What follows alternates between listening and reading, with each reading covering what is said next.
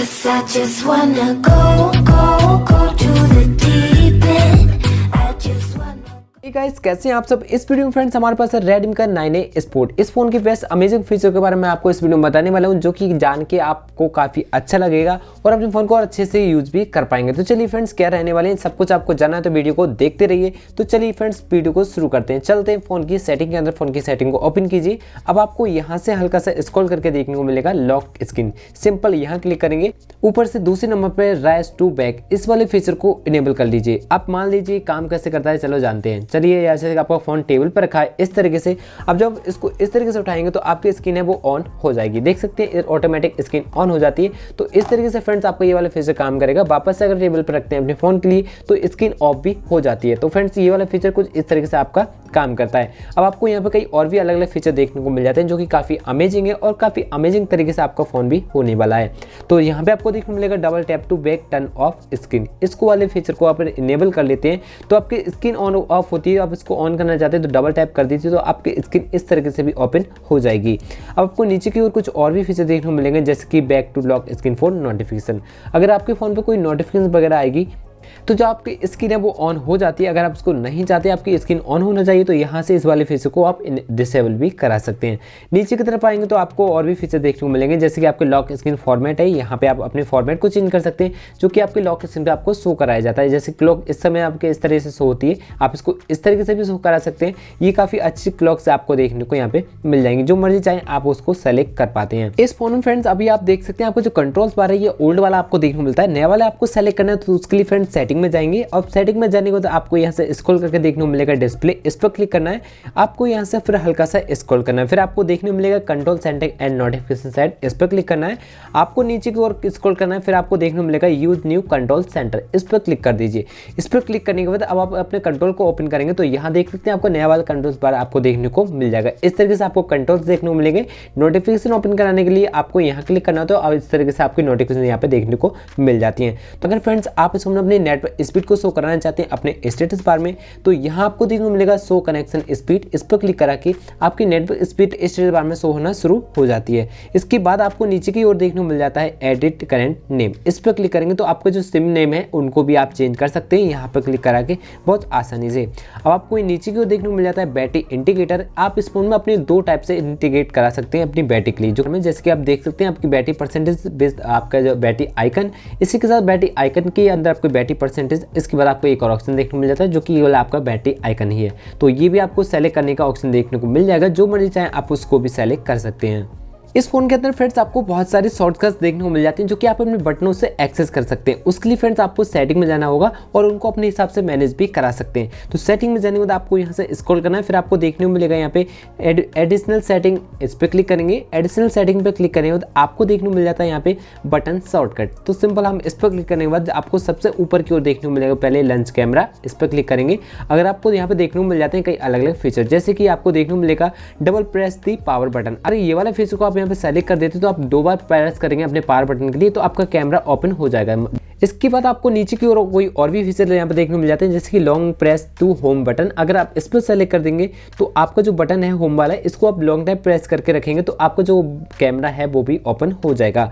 इसी तरीके से फ्रेंड्स आपको कई और भी फीचर देखने को मिलेंगे जैसे कि आपका स्क्रीनशॉट है। यहाँ पे आप देख सकते हैं अभी 3 फिंगर से स्क्रीनशॉट इस तरीके से आप बना सकते हैं इस फोन में। अगर आपको इस टाइप से अच्छा नहीं लगता तो आपको और भी ऑप्शन देखने को मिल जाते हैं जैसे कि आपका है long press the home button. अगर आप होम इस वाले पे क्लिक कर देते हैं तो आपको होम बटन है इसको आप लॉन्ग टाइम प्रेस करके रखेंगे तो आपका स्क्रीनशॉट आपको देखने को मिल जाएगा।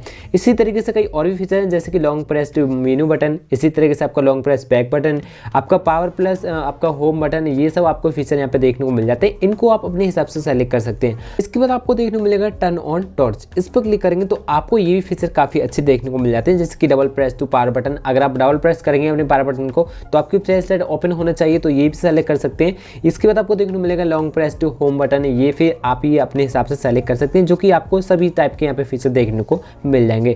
इसके बाद आपको देखने को मिलेगा शो मेनू, इस पर क्लिक करेंगे। अगर आप यहाँ पे देख सकते हैं आपका मेनू यहाँ पे किस तरीके से होना चाहिए लॉन्ग टाइम, वही सभी फीचर आपको देखने को मिल जाते हैं। बस आपको यहाँ पे सेलेक्ट करना है कि आपको कौन सा फीचर किस बटन से आपको एक्सेस कराना है। अब आपको नीचे की ओर कई और भी फीचर देखने को मिलते हैं, जैसे कि ऑटोमेटिक डिसेबल नेविगेशन बटन। ये आपके जो बटन नीचे से होते हैं ये आपके ऑटोमेटिक डिसेबल होने चाहिए किस एप्लीकेशन पे, तो यहाँ पे वो एप्लीकेशन को भी आप सेलेक्ट कर सकते हैं।